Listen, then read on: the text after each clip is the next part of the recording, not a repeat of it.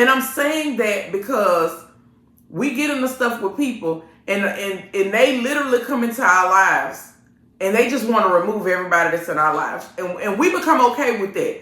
And then in the end, we tell them, well, you got to remove everybody from your life too. Now, y'all only been knowing each other a week. And in a week's time, y'all have both removed everybody from y'all lives. This is how y'all grown people dating, right? Now that you done told everybody in your roster, yeah, I'm seeing somebody, right? And this person done told everybody in their roster that they seeing somebody. Now y'all trying to get to know each other. And what y'all are finding out is some things y'all are extremely compatible on and other things you're not. That's normal, right? But now you're looking at this person and you're seeing that they are extremely jealous. They're extremely territorial. They're extremely possessive. They're one of those people that are very controlling. And all of this, now you're starting to see all of these different characteristics in this person. And now you 3 months in a relationship and you don't like them. That's because you got in a relationship within a week. You moved them in within 2 weeks. And y'all did this with complete strangers. Instead of taking your time and allowing the process to go the way it's supposed to go. The process is when you meet people, you meet them. You don't come in demanding that they remove people from their life. And I don't care what type of dynamic you in, whether it's monogamous or whether it's ethical non-monogamy. You don't come in demanding that people remove other people from their life, right? Because what's going to happen is when I talk to you, right, we're going to enjoy each other's company or either we're not going to enjoy each other's company. Either conversation is going to be easy or either it's going to be forced. We know this. Either there's going to be continuous things to talk about or there's going to be a lot of dead air. We know this as adults, right? So if I'm talking to you and I'm enjoying the conversation and I'm agreeing to talk to you the next day and now we've exchanged information, now we're texting and we're talking throughout the day and we're basically not checking in with one another, but we're just basically getting the highlights of each other's day and seeing how things are going. And now we're planning a second date because we want to see each other, right? And we're continuing to talk to each other. And now we're planning a third date because we're enjoying each other so much. And now we've given each other the invite to one or the other person's home, right? And now we got to the place where we are actually visiting each other and being each other's company at your house. Keep in mind, I said being each other's company. I didn't say moving in. I said company. Meaning I'm coming there, I'm seeing you, I'm visiting you, I'm spending a few hours with you, and then I'm going on about my business. Because I got a life outside of you, right? And now we like maybe a month or so in, and before you know it, what you're realizing is I'm spending more time talking to you, and all these other people that I had around, they may still be around, but the attraction is to you and not necessarily to them. So like with anything, if you don't give it if you don't feed it, it dies. I'm feeding this situation over here. I'm not really feeding these other situations over here. So what you think happened? They eventually start to fizzle out and fizzle out. And the thing is, you're okay with them fizzling out, especially if you're in a monogamous dynamic. You're okay with them fizzling out because guess what? Your attention over here and you get to know this person, right? And as the time goes on, you start to spend more and more time together and you develop a more intimate relationship. And I'm not speaking about sexual intimacy. I'm talking about a way that you're getting to know each other and there's a knowing about each other, right? For example, I'm one of them people that time is important to me. I do not like to feel like my time is wasted, right? If you are around me and you get to know me, then one thing that you're going to learn about me is that I'm a person that wakes up really, really early in the morning, right? So if you call me at 4 or 5 o'clock in the morning, most times I'm up. I'm up full functioning and thriving. I'm not just up, I'm literally up thriving at that time of morning, right? But those are the little small things that you're getting to know about me because you're learning about me on a more intimate level, right? And then you're starting to learn about my pet peeves. In other words, I am really big on people keeping their word. I feel like you should be impeccable with your word. And one of the books that I really like to give people when I'm getting to know them is The Four Agreements. And The Four Agreements talks about being impeccable with your word. If you tell me you're going to do something, do it. If you tell me you're going to call me back, call me back. If you're telling me that we're going to see each other, we're going to see each other. In other words, if we got a plan in place and nothing has come about to change that plan, then that plan should be going forward, right? So be impeccable with your word, right?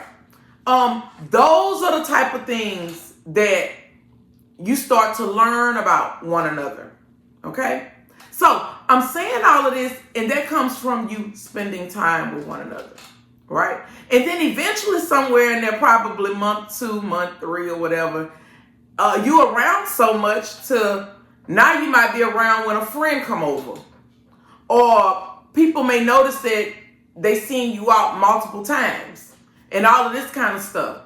And the thing is, y'all are enjoying each other so much to at some point you're going to have a conversation, and the conversation is going to sound something like, I would like to focus on what we got going on right here, and I'm really not really entertaining the other situations at this time because I would like to focus on what we got going. In other words, I'm enjoying this and I want to focus on this. And in that, you have a conversation about exclusivity and what does it look like for you, whether you're monogamous or whether you practice ethical non-monogamy. Because even in ethical non-monogamy, some of the dynamics, you can have exclusive relationships. Okay?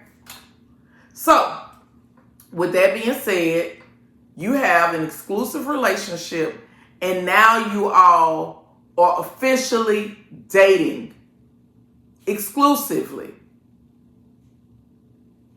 And you have whatever agreement which y'all came up with, whatever y'all boundaries are, whatever y'all decided on. But see, a lot of y'all trying to do that on day 1. When normally that don't happen until probably month 3 or 4. But y'all try to rush the process. If you're going to be dating in 2025, you need to understand what dating looks like as an adult. If I'm an adult and you meet me, I'm attractive, most likely I got other people around. If it's a man and he got motion and he got a nice job and a house and all this, most likely there's other people around, right? With that being said, you come in and you play your position and you do your part. And I ain't saying you got to act like no wife, but I'm saying you come in and do your part and you be a friend. And you take your time and you get to know this person. What it is that you enjoy. Are you a homebody? Do you like sports? What types of foods do you enjoy? Those type of things. And you start talking about your values. Do you see yourself being married? Or do you see yourself always being single? Do you see yourself living with someone? Or do you see yourself living apart? Or do you see some type of living in between the houses type of situation? That's when you start to have those type of conversations. Because you got to see if your values are going to line up. You're not getting with people. You get with people based on compatibility, but you still got to have core values that line up. If it doesn't line up, then it's not going to work. Right? So, another thing that came up in conversation was when you are planning dates and confirming dates. Okay. So, I remember when I met Cleve, it was in November. It was in November. And I met him mid-November. And he tried to schedule a time for us to meet for Bayou Classic weekend because he was off that whole weekend, but he would be in New Orleans, and he assumed that I would be in New Orleans because I'm an outgoing person, right? But during this time, I had my store, and I let my staff go to New Orleans and do Bayou Classic. I always stayed back so I could do the Black Friday sale. So I told him, I said, well, I'm not going to be in New Orleans. I'll be here in Baton Rouge, but we'll have to schedule another time to be able to actually meet up, right? Well, keep in mind, we done went through Thanksgiving, we done went through Bayou Classic, and now we are literally off into the Christmas time, December, right? Well, I was booked, looked like every weekend with fun parties and and parties that I had obligated myself to go to, and his schedule was crazy with all types of Christmas events and different things that he had going on with his fraternity. And lo and behold, we literally were both so busy so we could not schedule that first date until December 28th. Seriously. We were in communication back and forth with each other during that time, right? But we decided that December 28th would be a time that both of us would be free to be able to meet. Christmas was going to be over. All the parties was going to be over. And this was literally in the middle of the week. It was a Wednesday that this date was scheduled on. Like, that was literally the availability. We were both so busy. I remember the morning of that date, I knew that I had put it in my calendar that I had a date with him, right? And me being who I am, because I don't like my time being wasted, right? I'm a person that's going to always confirm, right? Even if I'm on my way to your house, I tell you I'm on my way to your house. If whatever it is that I'm doing, I always confirm. Whether it's a date, a friend, or whoever, I confirm.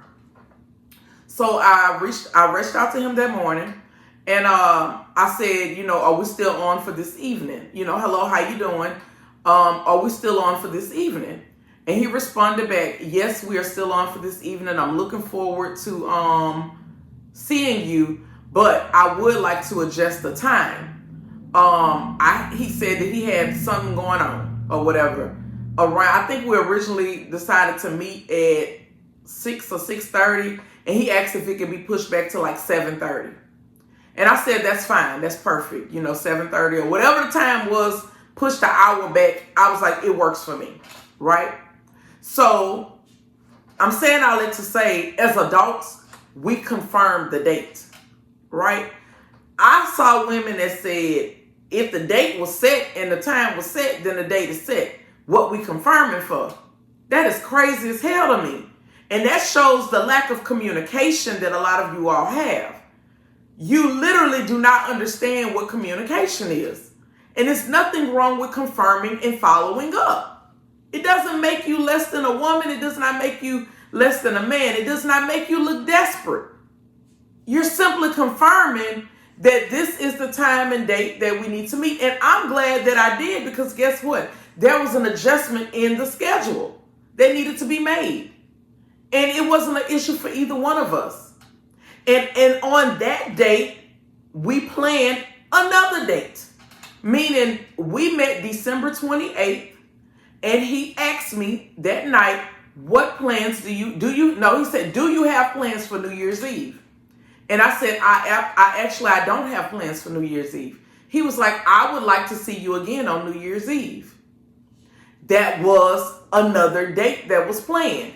Well, guess what? On New Year's Eve, of course, we're talking to each other in between then, but on New Year's Eve, there was another conversation. Okay, what are you wearing? What is it that we're going to be doing? Okay, so if we're going to be doing this, this is what I can do. This is what I can bring.